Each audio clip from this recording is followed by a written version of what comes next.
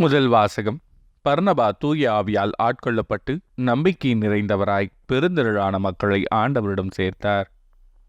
திருத்தூதர் பணிகள் நூலிலிருந்து வாசகம். அதிகாரம் 11, இறைவசனங்கள் 21 முதல் 26 முடிய மற்றும் அதிகாரம் 13, இறைவசனங்கள் 1 முதல் 3 முடிய.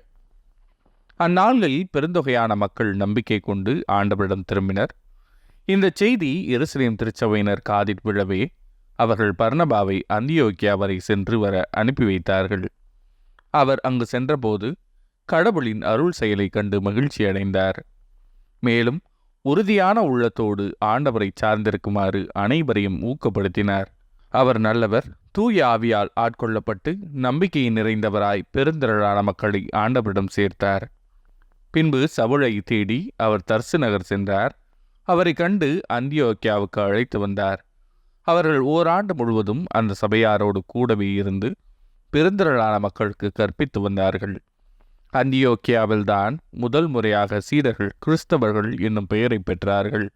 அந்தியோக்கிய திருச்சபையில் பர்னபா, நீகர் எனப்படும் செமியோன், சீரேன் ஊரனாகிய லூக்கியோ, குறுநில மன்னன் ஏரோதுடன் வளர்ந்த மானாயின், சவுல் ஆகியோர் இறைவாக்கினராகவும் போதகராகவும் இருந்தனர்.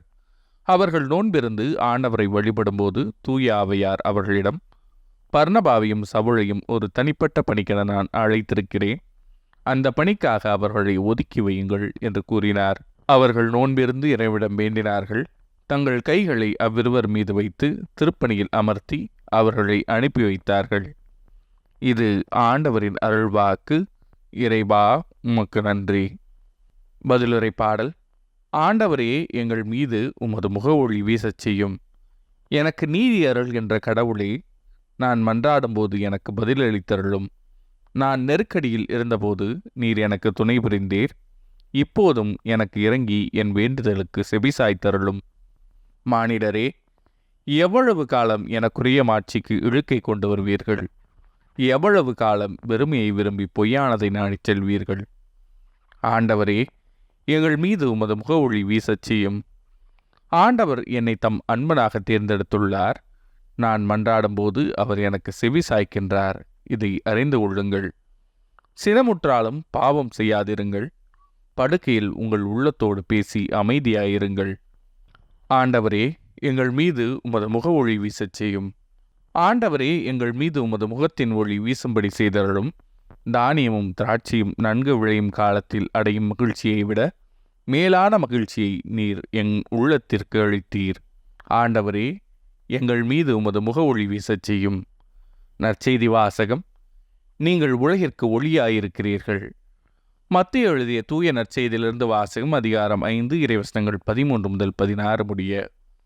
அக்காலத்தில் இயேசு தம் சீடரை நோக்கி கூறியது, நீங்கள் மண்ணுலகிற்கு உப்பாயிருக்கிறீர்கள். உப்பு ஓர்பற்று போனால் எதை கொண்டு அதை ஓர்ப்புள்ளதாக்க முடியும்? அது வெளியில் கொட்டப்பட்டு மனிதரால் மிதிபடும், வேறு ஒன்றுக்கும் உதவாது. நீங்கள் உலகிற்கு ஒளியாயிருக்கிறீர்கள். மலை மேல் இருக்கும் நகர் மறைவாயிருக்க முடியாது. எவரும் விளக்கை ஏற்றி மரக்காலுள் வைப்பதில்லை. மாறாக விளக்கு தண்டின் மீதே வைப்பர். அப்பொழுதுதான் அது வீட்டில் உள்ள அனைவருக்கும் ஒளி தரும். இவ்வாறே உங்கள் ஒளி மனிதர் முன் ஒளிர்க. அப்போது அவர்கள் உங்கள் நற்செயல்களை கண்டு உங்கள் விண்ணகத் தந்தையை போற்றி புகழ்வார்கள். இது ஆண்டவரின் அருள்வாக்கு. கிறிஸ்துவே, உமக்கு புகழ்.